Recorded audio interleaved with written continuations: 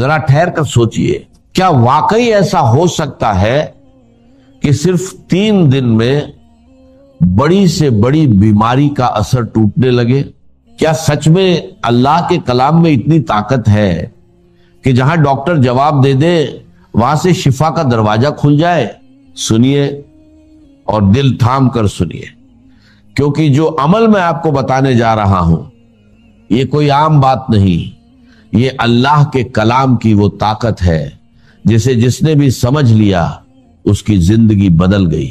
صبح کا وقت جب آپ نیند سے اٹھتے ہیں اور آپ کا پیٹ بالکل خالی ہوتا ہے، اسی وقت اگر کوئی شخص ان مقدس سورتوں کو پانی پر پڑھ کر دم کرتا ہے اور پھر وہ پانی پی لیتا ہے تو اللہ کے فضل سے اس کے اندر جو بھی بیماری ہوتی ہے اس کی جڑ ہلنی شروع ہو جاتی ہے۔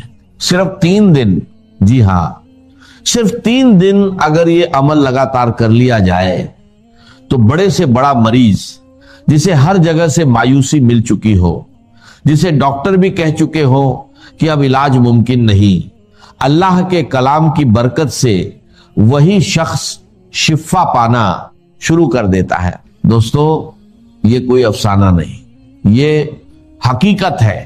اللہ نے اپنے کلام میں ایسی تاثیر رکھی ہے کہ جو بندہ ہر دروازے سے مایوس ہو جاتا ہے اس کے لیے یہی کلام امید کا دروازہ کھول دیتا ہے۔ اب ذرا دھیان سے سنیے کیونکہ بات بہت قیمتی ہے، زندگی بھر کام آنے والی ہے۔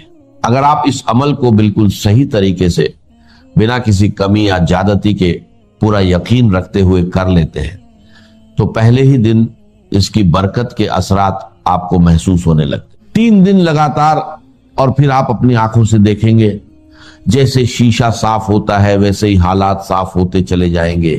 اب سوال یہ ہے کہ وہ صورت کون سی ہے؟ تو سنیے، وہ صورت اتنی مشہور ہے کہ ہر شخص اسے جانتا ہے، پڑھا لکھا ہو یا ان پڑھ، جس نے کبھی قرآن نہیں بھی پڑھا اسے بھی یہ صورت یاد ہوتی ہے۔ یہ وہ صورت ہے جس کی فضیلت خود بزرگوں نے بیان کی کہ اسے پڑھ کر دم کیا جاتا تھا اور اللہ شفا عطا فرماتا تھا۔ اس صورت کو آپ نے بسم اللہ الرحمن الرحیم کے ساتھ پڑھنا ہے، پورے ادب، پورے یقین اور پورے احترام کے ساتھ۔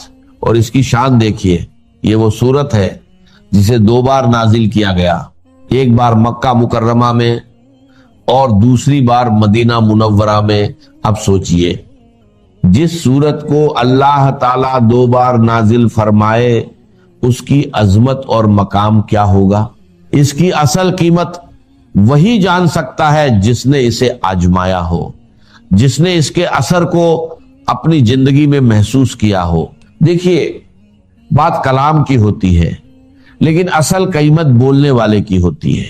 ایک فقیر کچھ کہے تو کوئی دھیان نہیں دیتا، اور ایک بادشاہ کچھ کہہ دے تو پوری دنیا میں خبر پھیل جاتی ہے۔ تو پھر اندازہ لگائیے یہ کس کا کلام ہے؟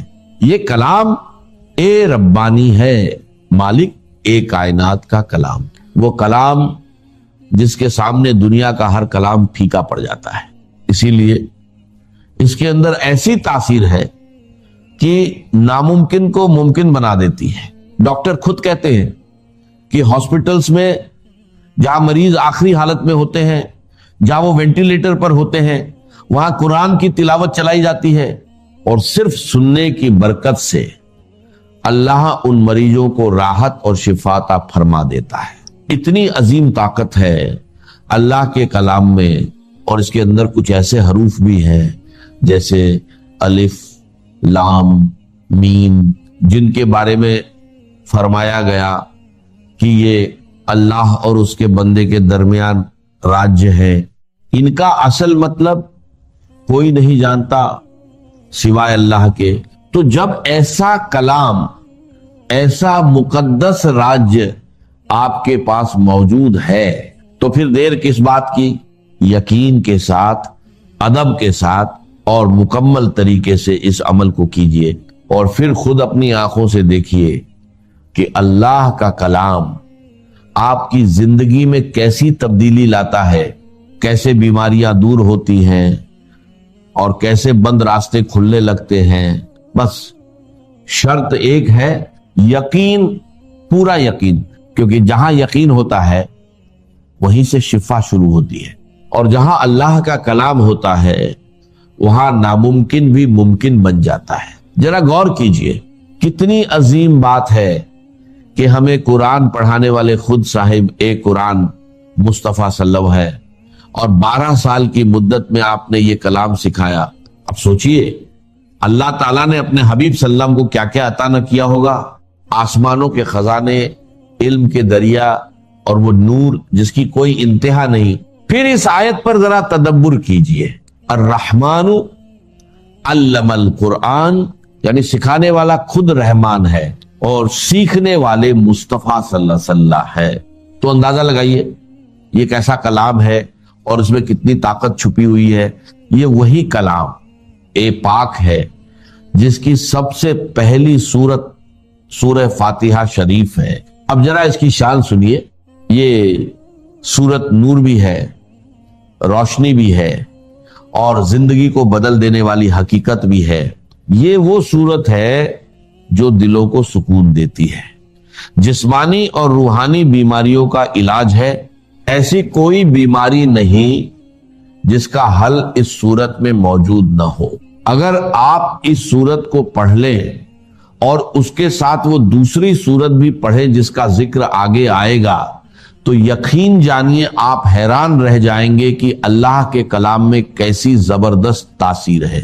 ذرا توجہ سے سنیے، اگر آپ صرف 10-15 منٹ پورے یقین اور دھیان کے ساتھ یہ عمل کر لیں تو سمجھ لیجئے آپ کی زندگی بدل سکتی ہے۔ آپ نے جتنا علاج کروایا، ڈاکٹر بدلے، دوائیاں لیں، وہ سب اپنی جگہ، لیکن اگر اس عمل کے ساتھ دوا بھی لیتے رہیں گے تو وہی دوا بھی اثر دکھانے لگے گی۔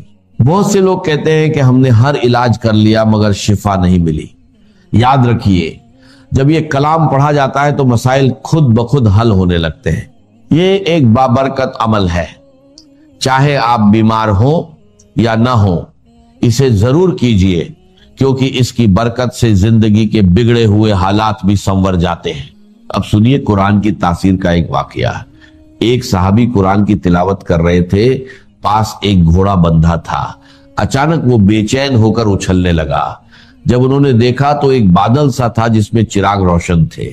صبح یہ واقعہ نبی کریم صلی اللہ علیہ وسلم کو بتایا گیا تو آپ نے فرمایا وہ فرشتے تھے جو تمہاری تلاوت سننے آئے تھے۔ یعنی جہاں تک قرآن کی آواز پہنچتی ہے وہاں تک اللہ کی رحمت نازل ہوتی ہے۔ اسی طرح اگر کوئی قرآن پڑھ کر بیمار پر دم کرے تو اس کا اثر پھولوں کی خوشبو کی طرح ہر طرف پھیلتا ہے، دل کو سکون اور دماغ کو تازگی ملتی ہے۔ بالکل اسی طرح جب قرآن پڑھا جاتا ہے تو اللہ اس کے لفظوں میں ایسی تاثیر پیدا فرما دیتا ہے کہ بیماریاں ختم ہونے لگتی ہیں۔ صحابہ کرامج نے سورہ فاتحہ پڑھ کر سانپ کے ڈسے ہوئے شخص پر دم کیا تو اللہ نے اسے شفا عطا فرما دی۔ اسی طرح ایک شخص کو مرگی کے دورے پڑتے تھے، جب اس پر یہ سورت پڑھ کر دم کیا گیا تو اللہ تعالیٰ نے اسے اس بیماری سے نجات دے دی۔ اب طریقہ سن لیجئے، آپ نے بسم اللہ الرحمن الرحیم کے ساتھ سورہ فاتحہ پڑھنی ہے۔ شروع میں 7 مرتبہ آمین کہنا ہے، پھر پوری سورت اس طرح پڑھے، بسم اللہ الرحمن الرحیم الحمدللہ رب العالمین الرحمن الرحیم مالک یوم الدین ایاک نعبد و ایاک نستعین اہدنا الصراط المستقیم صراط الذین انعمت علیہم غیر المغضوب علیہم ولا الضالین آمین۔ عمل آپ فجر کے بعد بھی کر سکتے ہیں یا اس سے پہلے بھی، لیکن سب سے بہتر وقت وہ ہے جب آپ نہار منہ ہو، یعنی خالی پیٹ۔ اس وقت انسان تازہ ہوتا ہے، دل پرسکون ہوتا ہے اور عبادت کے لیے بہترین کیفیت میں ہوتا ہے۔ اسی وقت زمین پر فرشتے بھی موجود ہوتے ہیں، رات کے فرشتے واپس جا رہے ہوتے ہیں اور دن کے آ رہے ہوتے ہیں۔ یہ وہ لمحہ ہوتا ہے جب اللہ کی رحمتیں سب سے زیادہ نازل ہوتی ہیں۔ اب ایک خاص بات یاد رکھیے، ہر بار بسم اللہ الرحمن الرحیم کے ساتھ سورت پڑھنی ہے، کیونکہ اسی میں اصل برکت چھپی ہوئی ہے۔ ایک بادشاہ کو سر درد رہتا تھا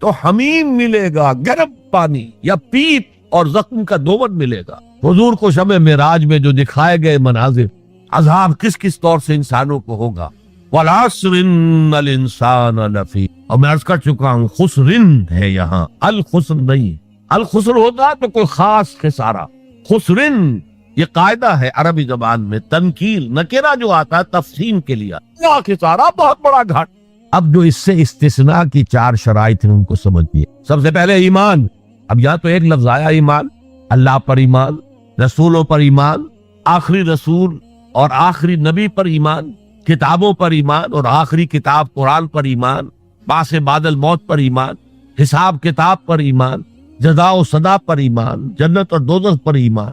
یہ ایمانیات ہے۔ میں نے عرض کیا تھا یہ ایک عنوان ہے، کتنی لمبی لمبی بحثیں قرآن مجید میں ان میں سے ہر ایک چیز کے بارے میں آئی ہیں مکی صورتوں کے۔ لیکن اس وقت جو بات میں آپ کو بتانا چاہتا ہوں، وقت کم ہے، اس ایمان کے 2 لیول سمجھ لیجئے، یا 2 قسمیں سمجھ لیجئے، یا 2 ایسپیکٹس سمجھ لیجئے۔ اور یہ مجھے امید ہے کہ بہت سے حضرات نے بچپن میں یاد کیا ہوگا، ایمان مجمل، آمنت باللہ کما ہوا باسمائہ و صفاتہ و قبلت جمیع احکامہ، اقرار باللسان و تصدیق بالقلب۔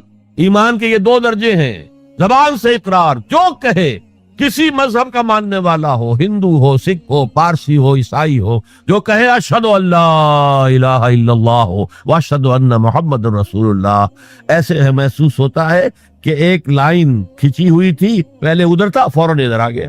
یہ ہے اقرار باللسان، اس کی حیثیت قانونی ایمان کی ہے۔ ظاہر بات ہے مسلمان باپ کی وراثت مسلمان بیٹے کو جا سکتی ہے، بیٹا مسلمان نہیں ہے تو وراثت نہیں پہنچے۔ Who is a Muslim and who is not a Muslim؟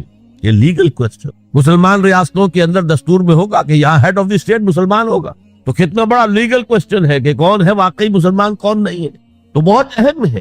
لیکن اس کا سارا معاملہ اس دنیا تک ہے کہ ہم ایک دوسرے کو مسلمان سمجھیں۔ میں اپنی بیٹی نکاح میں دے سکتا ہوں کسی مسلمان۔ اصل ایمان کیا ہے؟ تصدیق بالقلب، جب دل میں اتر جائے، دل میں کھپ جائے، وہ ہے اصل ایمان۔ ہم دنیا میں اس کو زیر بحث لا نہیں سکتے، ہمارے پاس کوئی آلہ نہیں ہے دل میں اتار کر دیکھ لے ایمان ہے کہ نہیں ہے، کوئی نہیں۔ الیکٹرو کارڈیوگرام کر لیجئے، یہ تو پتہ چل جائے گا کہ اس میٹنگ کے اندر کچھ جو ہے ریگولیرٹی ہے۔ اینجیو پلاسٹی کر لیجئے، معلوم ہو جائے گا کہ اتنی وینز بلاکس ہے۔ بس دل میں ایمان ہے یا نہیں، اس کا کوئی ذریعہ ہمارے پاس نہیں۔ لہذا دنیا میں ہم ایمان پر بحث ہی نہیں کر سکتے۔ ہم کسی کے بارے میں یہ نہیں کہہ سکتے یہ صاحب ایمان ہے اور یہ نہیں ہے۔ ہاں مسلمان ہے تو مسلمان کے جو حقوق ہیں اسے ملے، وہ فاسق بھی ہو تو مسلمان ہے، فاجر بھی ہو تو مسلمان ہے، متقی ہو تب بھی مسلمان ہے، نیک ہو عبادت گزار ہو تب بھی مسلمان ہے۔ اور لیگلی اور کانسٹیٹیوشنلی ان میں کوئی فرق نہیں ہے۔ المسلم کفو لکل مسلم، امام ابو حنیفہ رحمۃ اللہ علیہ کا قول بہت اہم ہے۔ اتنی اہمیت تو اس کی ہے کہ ذرا سی ایک خطا ہو گئی تھی حضرت اسامہ ابن زید سے۔ حضور کو بہت محبت تھی اسامہ سے، اپنے پوتے کی طرح سمجھتے تھے، اس لیے کہ زید کو تو اپنا بیٹا بنایا ہوا تھا، زید ابن حارثہ کو۔ وہ تو بعد میں جب آیت اتری کہ یہ کوئی منہ بولا بیٹا اسلام میں کوئی شے نہیں ہے، ورنہ پہلے انہیں کہتے تھے زید ابن محمد، اس کے بعد دوبارہ وہ زید ابن حارثہ رہ گئے۔ لیکن محبت کتنی تھی زید سے، اور اس اعتبار سے گویا کہ حضرت اسامہ ابن زید وہ تو حضور کے پوتوں کے مانے۔ ان سے غلطی ہو گئی، ایک جنگ میں ایک کافر کے ساتھ مقابلہ ہوا دو بدو۔ اس کافر نے جب سمجھا کہ میری تو بس ہو گئی، اب میں مزید مقابلہ نہیں کر سکتا، اب میری جان اس کے ہاتھ میں، اسامہ کے ہاتھ میں، انہوں نے پڑھ دیا کلمہ اشہد ان لا الہ الا اللہ واشہد ان محمد رسول۔ انہوں نے یہی سمجھا جو ہم ہوتے تو سمجھتے کہ جان بچانے کا ہیلا کر رہا ہے، لہذا گردن اڑا دی۔ کچھ دل میں اپنے خدشہ سا رہا، یہ صحیح کام کیا میں نے یا نہیں، یا ہو سکتا ہے حضور کو کسی اور ذریعے سے اطلاع پہنچی۔ طلب فرمایا اسامہ یہ تم نے کیا کیا؟ حضور اس نے جان بچانے کے لیے کلمہ پڑھا، آپ نے نہیں کہا کہ تم غلط کر۔ اللہ شغلنا قلبہ، تم نے اس کا دل چیر کے کیوں نہیں دیکھ لیا؟ یعنی نہ تم دل چیر کے دیکھ سکتے ہو، کیا تمہیں معلوم ہے، کیسے کہہ سکتے ہو یقین سے کہ اس نے جان بچانے کو کلمہ پڑھا؟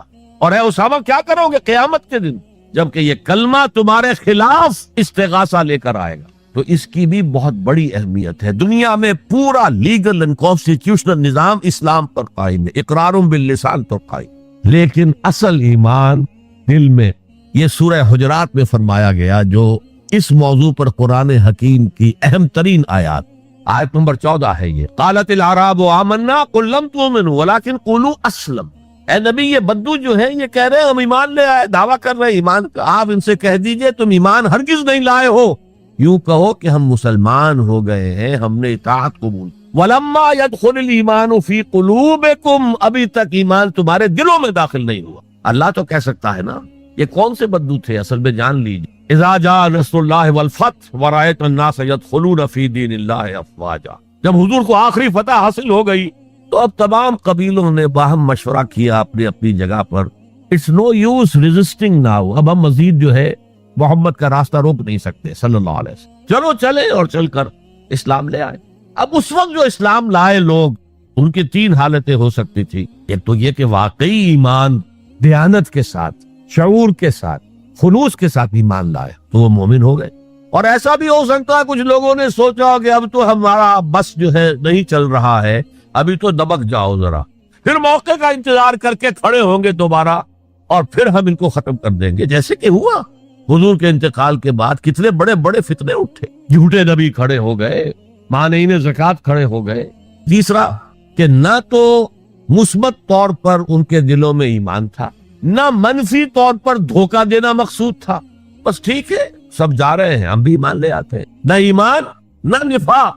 وہ پہلے جنہوں نے دھوکہ دینے کے لیے اور ٹائم گین کرنے کے لیے اور اس لیے کہ اب ہمارا بس نہیں چل رہا ہے، پھر دیکھیں گے پھر کھڑے ہوں گے، جو انہوں نے یہ کیا وہ منافق، جو صدق کے دل سے ایمان لائے وہ مومن، درمیان میں وہ جو رہ گئے وہ مسلم تو ہے، منافق بھی نہیں ہے، مومن بھی نہیں۔ اس بحث پر ایک عنوان قائم کیا ہے امام ابن تیمیہ نے، اثبات الاسلام بغیر الایمان، بغیر ایمان کے اسلام کا اثبات، اس لیے کہ جب قرآن یہ کہہ رہا ہے قالت الاعراب آمنا قل لم تؤمنوا ولكن قولوا اسلمنا ولما يدخل الايمان في قلوبكم، لیکن اگر تم اللہ اور اس کے رسول کی اطاعت کرتے رہے تو ہم تمہارے اعمال میں سے کچھ کمی نہیں کرتے۔ اس کا مطلب کیا ہوا؟ منافق تو نہ ہوئے، اگر منافق ہوتے تو منافق کا تو کوئی عمل قبول نہیں، لہذا نہ مومن نہ منافق بلکہ مسلم، صرف مسلم۔ آج کے مسلمانوں کا آپ اگر جائزہ لیں، تجزیہ کریں، عظیم اکثریت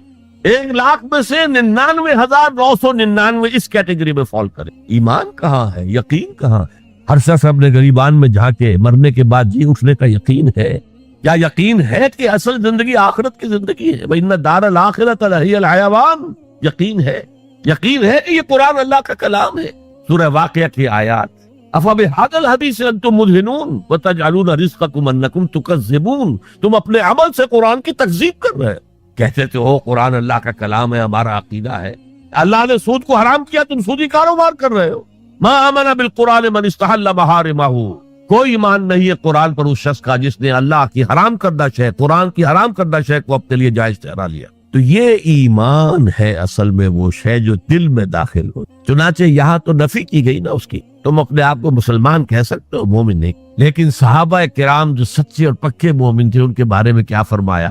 وَلَكِنَّ اللَّهَ حَبَّبَ إِلَيْكُمُ الْإِيمَانَ وَزَيَّنَهُ فِي قُلُوبِكُمْ، اللہ نے تمہارے نزدیک ایمان کو محبوب کر دیا ہے اور اسے تمہارے دلوں کے اندر کھبا دیا ہے، مزین کر دیا ہے، منور کر دیا ہے تمہارے دلوں کو۔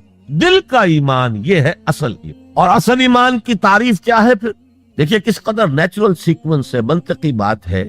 یہ بدو کہہ رہے ہیں ہم ایمان لے آئے ہیں، نبی کہتے ہیں تم ایمان ہرگز نہیں لائے ہو، ما آمن تم نہیں آیا ہے، لم تؤمنوا، یہ تاکید کے لیے ہوتا ہے، بہت تاکید، ہرگز ایمان نہیں لائے ہو، ولیکن قولوا اسلمنا، بلکہ کہو کہ ہم اسلام لے آئے ہیں، ہم نے اطاعت قبول کر، ولما يدخل الايمان في قلوبكم، ابھی تب ایمان تمہارے دلوں میں داخل نہیں آیا۔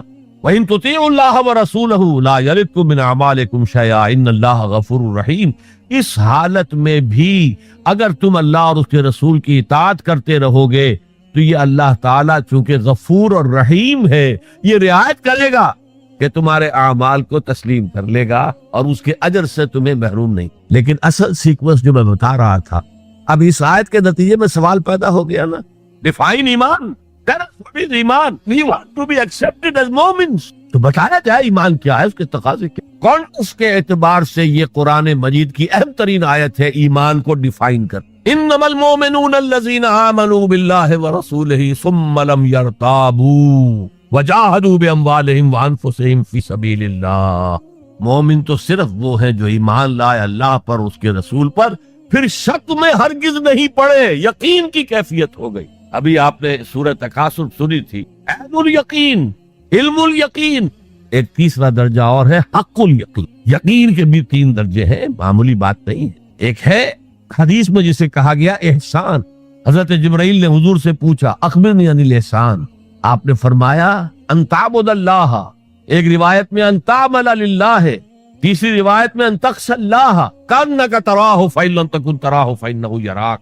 احسان یہ ہے کہ تم اللہ کی عبادت کرو، یا اللہ کے لیے عمل کرو، بھاگ دوڑ کرو، یا اللہ کا خوف تمہارے دلوں میں ہو، اس طرح گویا کہ تم اللہ کو اپنی آنکھوں سے دیکھ رہے۔ یہ احسان، یقین کا وہ درجہ۔ تو انما المؤمنون الذین آمنوا باللہ ورسولہ ثم لم یرتابوا، پھر انہوں نے شک ہرگز نہیں کیا۔ وجاہدوا باموالہم وانفسہم فی سبیل اللہ، اور پھر جہاد کیا انہوں نے اپنے مالوں کے ساتھ، اپنی جانوں کے ساتھ اللہ کی راہ۔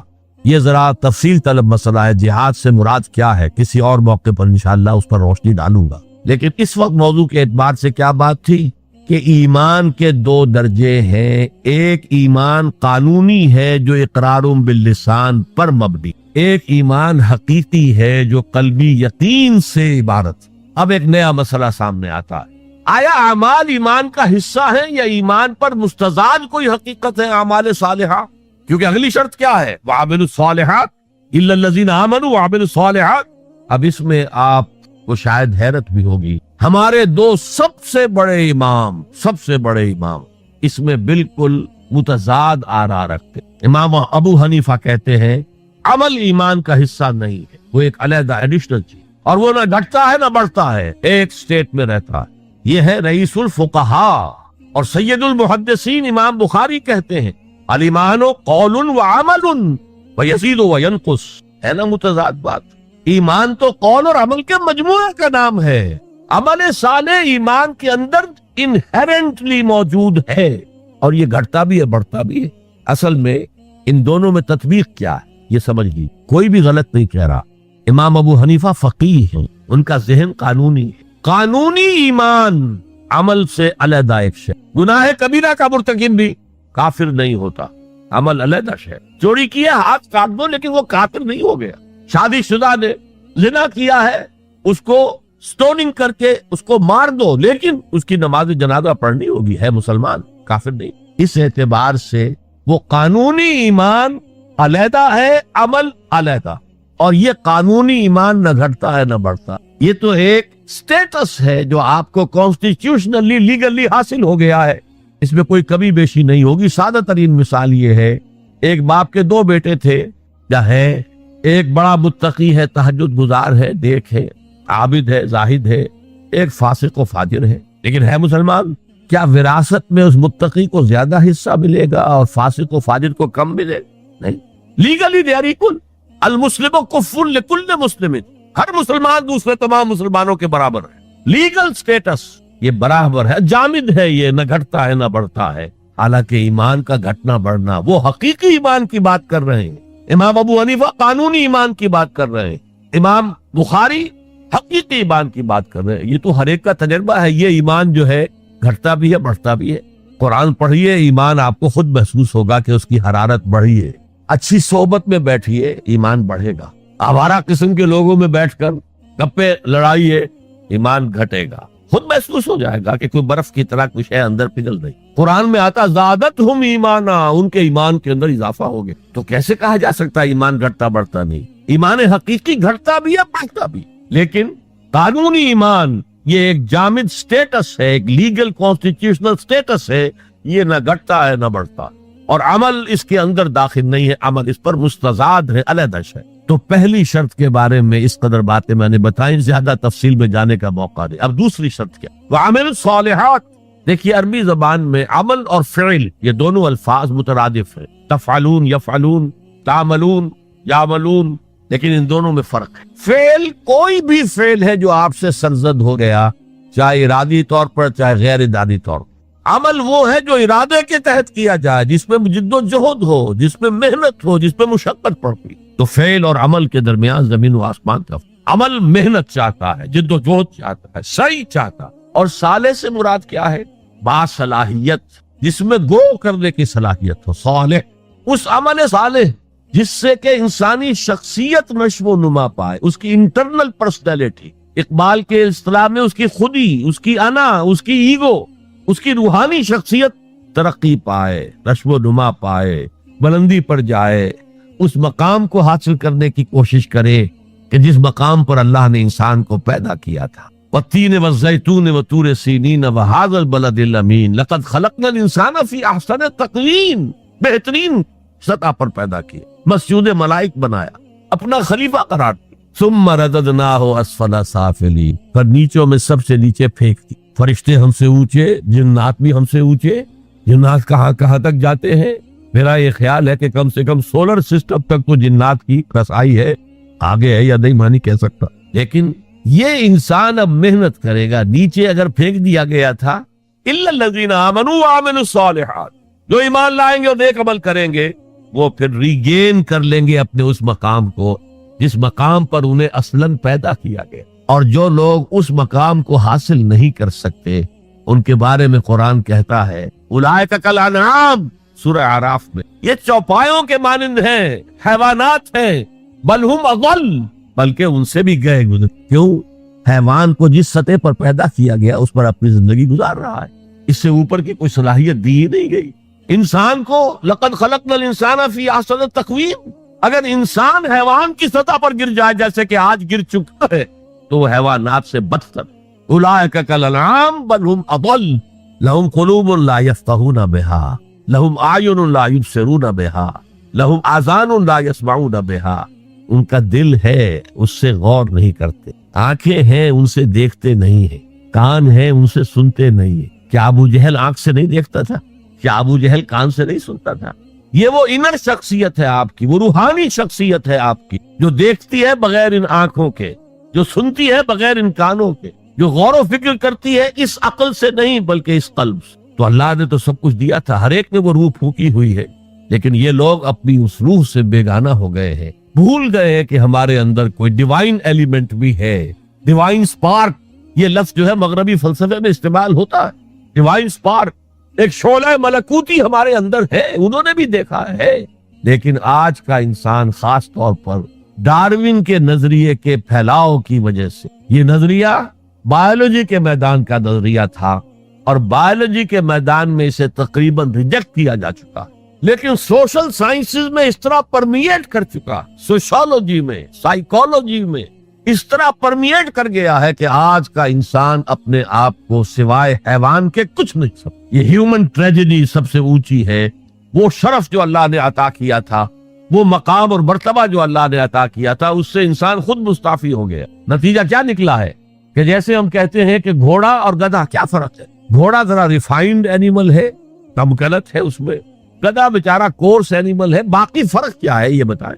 اسی طرح انسان اور شمپینزی اور گوریلا میں کیا فرق ہے یہ بتائیں ہمیں۔ عمل صالح جو ہے وہ اس لیے ہے، اور یہ بھی نوٹ کر لیجئے جب یہ سورت اتری تو عمل صالح سے کیا مراد تھا؟ شریعت تو ابھی نازل ہی نہیں ہوئی، عمل صالح ایک ہی تھا، ان الذین قالوا ربنا اللہ ثم استقاموا، جنہوں نے کہا ہمارا رب اللہ ہے پھر جم گئے، چاہے مارا جا رہا ہے، چاہے دہکتے ہوئے انگاروں پر لٹایا جا رہا ہے۔ خباب بن الارت رضی اللہ تعالی عنہ لوہار تھے پیشے کے اعتبار سے، بلایا گیا، حضور پر ایمان لے آئے تھے، انگارے زمین پر بچھا دیے گئے، دہکتے ہوئے انگارے، کہا اتارو کرتا، اتار دیا، لیٹ جاؤ، لیٹ گئے انگاروں کے اوپر، اس لیے کہ حضور کا حکم یہ تھا چاہے تمہارے ٹکڑے کر دیں، چاہے تمہیں بھون دیں، تم نے کوئی جوابی کارروائی نہیں کرنی۔ کفو ایدیکم، اپنے ہاتھ بندے رکھ۔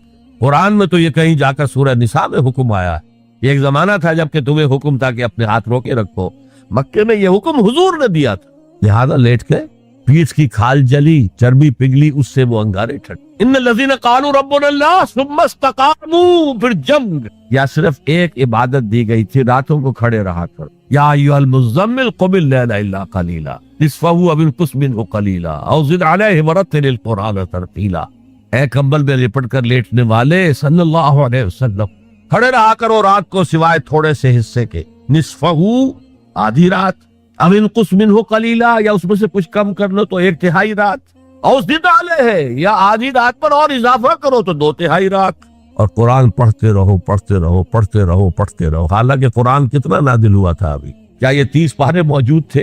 جو چند آیتیں اتری ہیں، repeat and repeat and repeat and repeat, hammer them down into your heart and brain. یہ عبادت. باقی نہ ابھی 5 وقتہ نماز ہے، نہ روزہ ہے، کوئی شے نہیں، نہ سود حرام ہے، نہ شراب حرام ہے.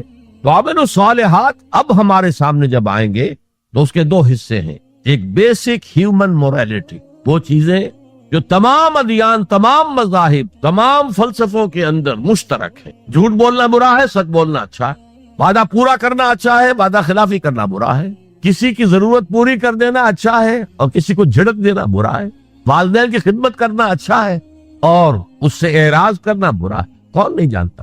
یہ تو ہے بیسک موریلٹی جو مکی صورتوں میں شروع میں آئی ہے، بہت تکرار کے ساتھ. ارأیت الذی یکذب بالدین فذلک الذی یدعو الیتیم ولا یحض علی طعام المسکین. کیا تم نے دیکھا اس شخص کو جو جزا و سزا کا منکر ہے، آخرت کا منکر ہے؟ وہی تو ہے جو یتیم کو دھکے دیتا ہے اور مساکین کو کھانا خود کھلانا تو درکنار، کسی اور کو بھی کہنے کو تیار نہیں ہے کہ کھانا کھلا دو. پتہ نہیں پلٹ کر وہ کہہ دے تم کیوں نہیں کھلاتے. ویل لکل ہمزۃ لمزہ، ہلاکت ہے ہر اس شخص کے لیے جو رو در رو عیب چینی کرتا ہے یا پیچھے برائی کرتا ہے، طنز کرتا ہے.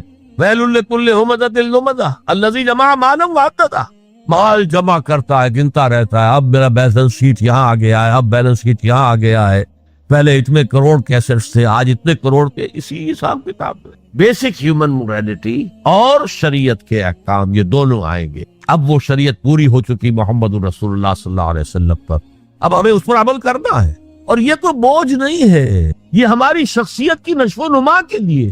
میں ایک مثال دیا کرتا ہوں. آپ کسی پہاڑی اسٹیشن کی طرف جا رہے ہوں، گرما کا صدر مقام کوئی ہوتے ہیں، پہاڑی شملہ ہوتا تھا کبھی، تو آپ دیکھیں گے سڑک پر جاؤ بجا نشانات لگے ہوئے، یہاں سپیڈ کم کر لو ورنہ ٹرن ایسا آ رہا ہے کہ ہو سکتا ہے کہ سپیڈ کم نہ ہو تو تمہاری گاڑی جو ہے وہ سیدھی کھائی میں جائے.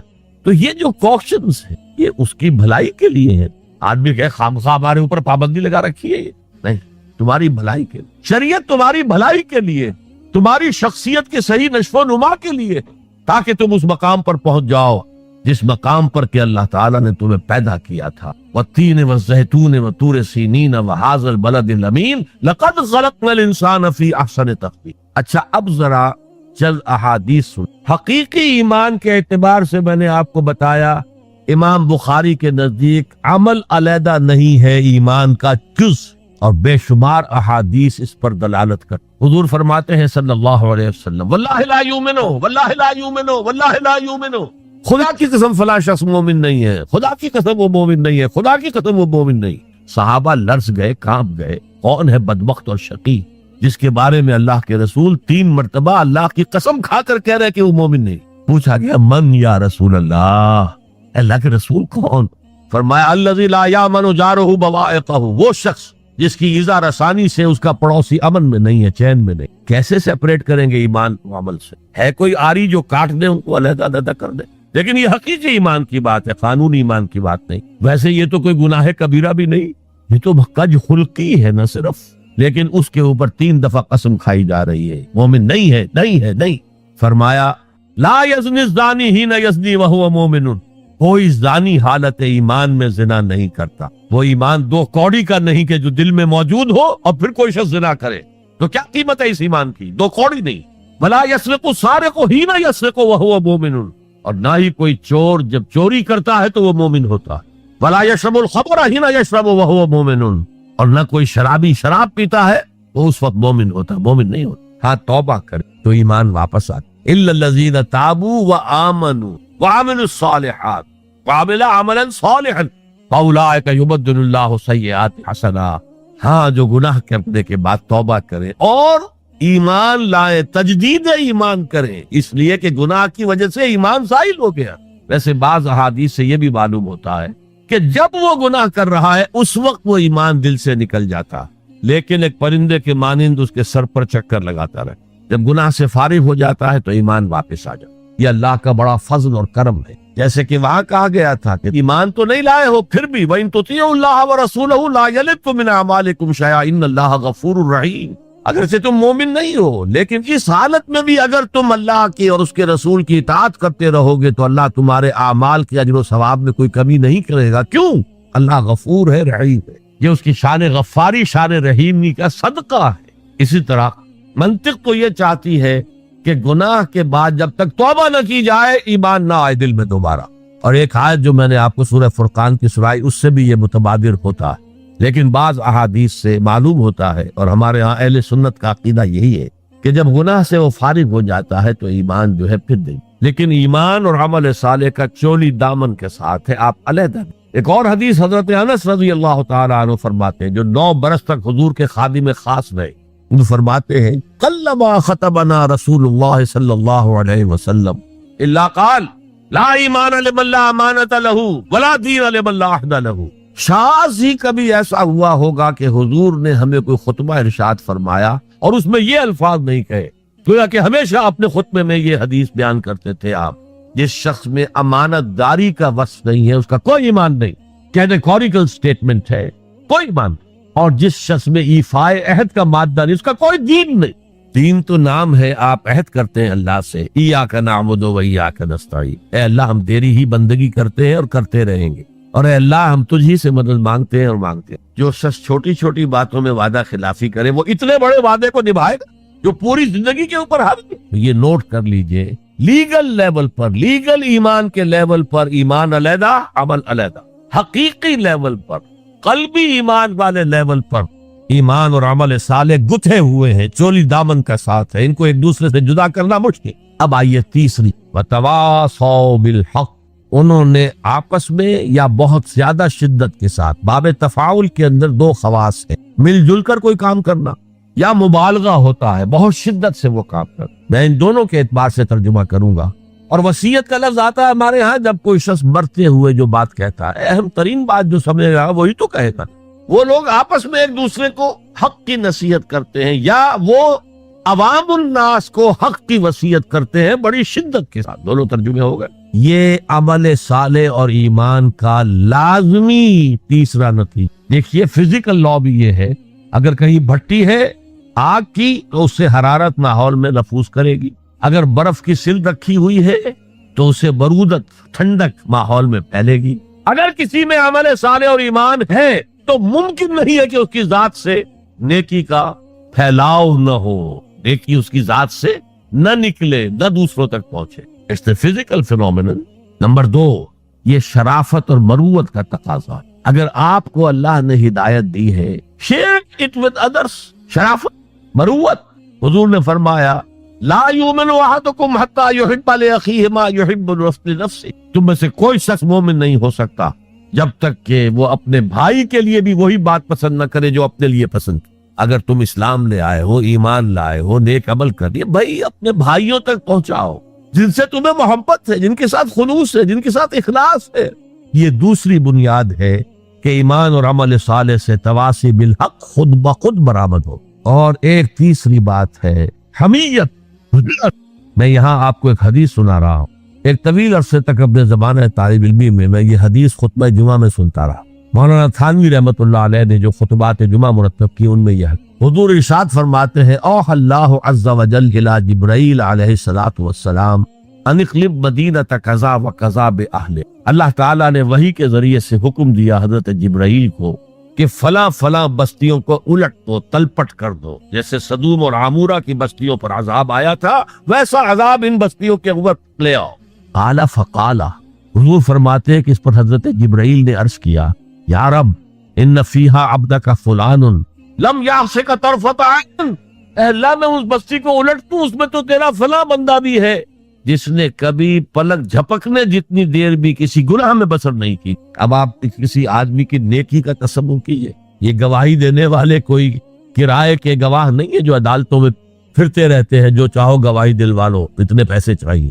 جبرائیل ہے، اور کس کی جناب میں کہہ رہے ہیں جہاں ابو جہل بھی جھوٹ نہیں بول سکے گا۔ یا رب ان فیہا عبدک فلان لم یعصک طرفۃ عین، الٹ دوں اس بستی۔ اب جواب سنیے، قال فقال، حضور فرماتے ہیں اس پر اللہ نے فرمایا اقلبها علیہ وعلیہم، الٹو اس بستی کو پہلے اس بدبخت پر اور پھر دوسروں پر۔ فإن وجہہ لم یتمعر فی ساعۃ قط، اس لیے کہ میری غیرت کی وجہ سے کبھی اس کے خون نے جوش نہیں مارا، اس کا چہرے کے اوپر خون نہیں آیا۔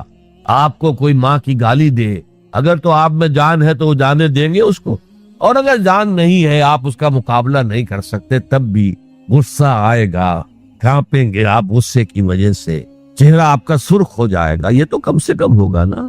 لیکن یہ اللہ کا بندہ اپنی نیکی میں لگا رہا، اس نے دیکھا نہیں ماحول میں کیا ہو رہا ہے، ماحول میں اللہ کی شریعت کی دھجیاں پکھیری جا رہی ہیں، ماحول میں اللہ کے احکام پاؤں تلے رونے جا رہے، یہ لگا رہا تو فقط اللہ اللہ اللہ، یہ زیادہ بڑا مجرم، لہذا بستی کو پہلے اس پر پلٹو اور پھر دوسروں کا۔ یہ ہے تعلق تواصی بالحق کا، ایمان اور عمل صالح کا۔ یہ میں پہلے عرض کر چکا ہوں، اس تواصی بالحق میں اصطلاحات بہت سی ہیں۔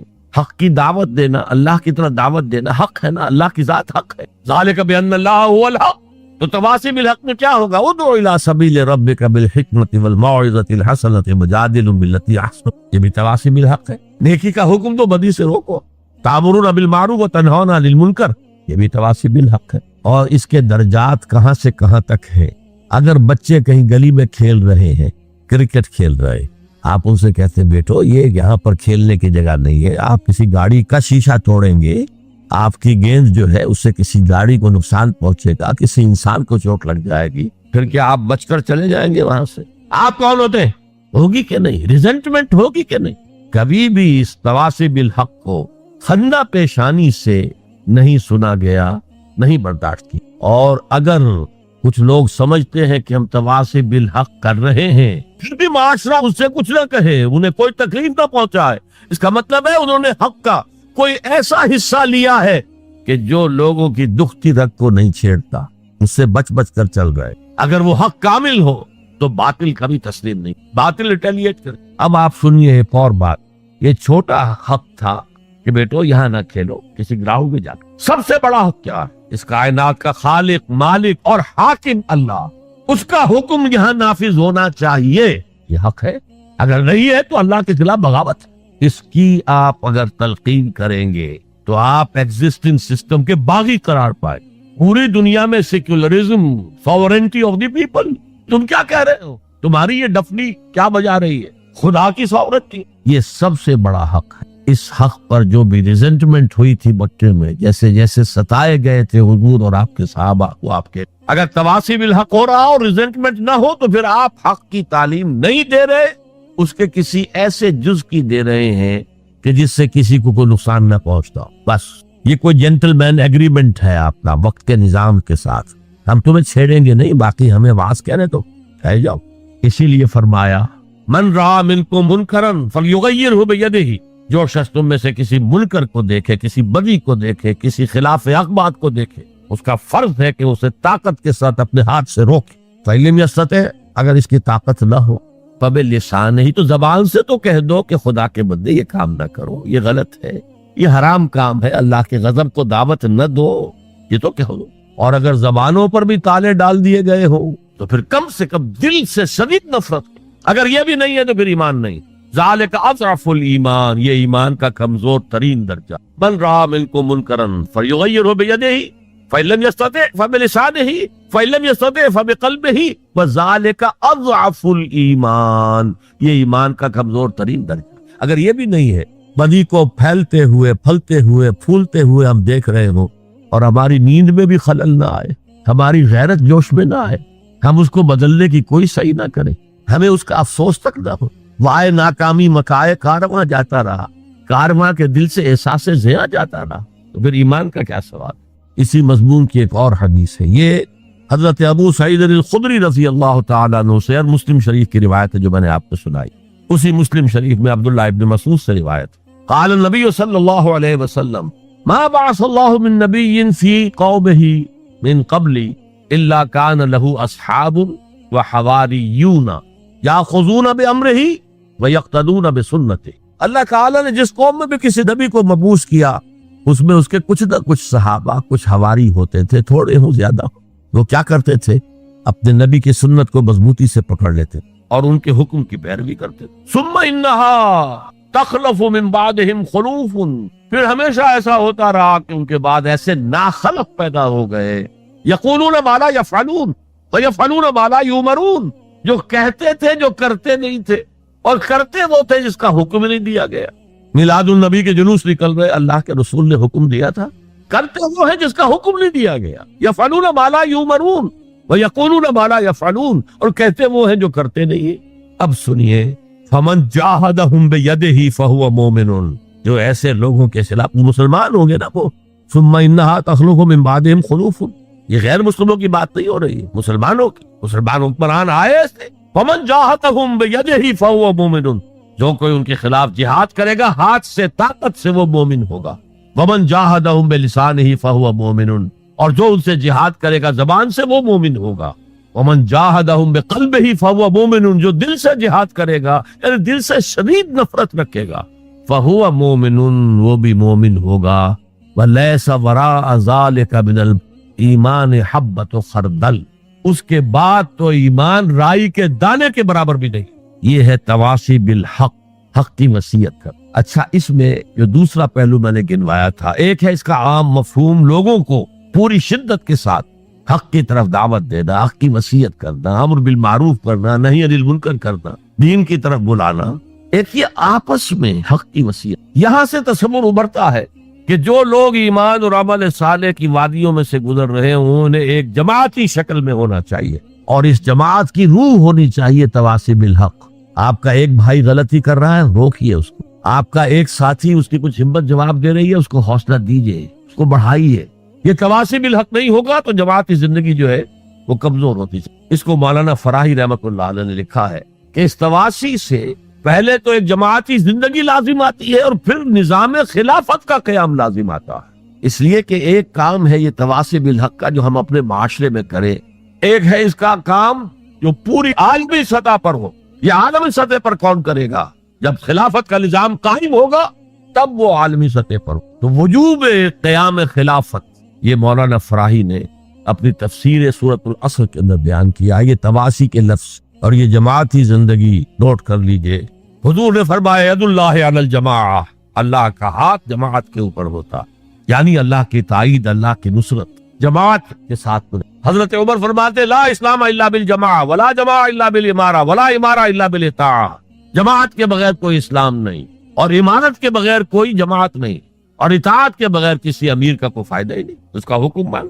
تو تواصی بالحق کے ضمن میں ایک اجتماعی زندگی ناگزیر، اسے ایک بڑے پیمانے پر کرنے، اور سب سے بڑا پیمانہ کیا ہوگا؟ خلافت راشدہ کا نظام کہیں قائم ہو، تاکہ وہ پوری دنیا میں تواصی بالحق اس کا فریضہ سر انجام دے۔ اس لیے کہ حضور کی بعثت جو ہے وہ صرف اہل عرب کی طرف نہیں تھی۔ وما ارسلناک الا کافۃ للناس بشیرا ونذیرا، اے محمد ہم نے نہیں بھیجا ہے آپ کو مگر تمام انسانوں کے لیے بشیر اور نذیر بنا۔ اب آئیے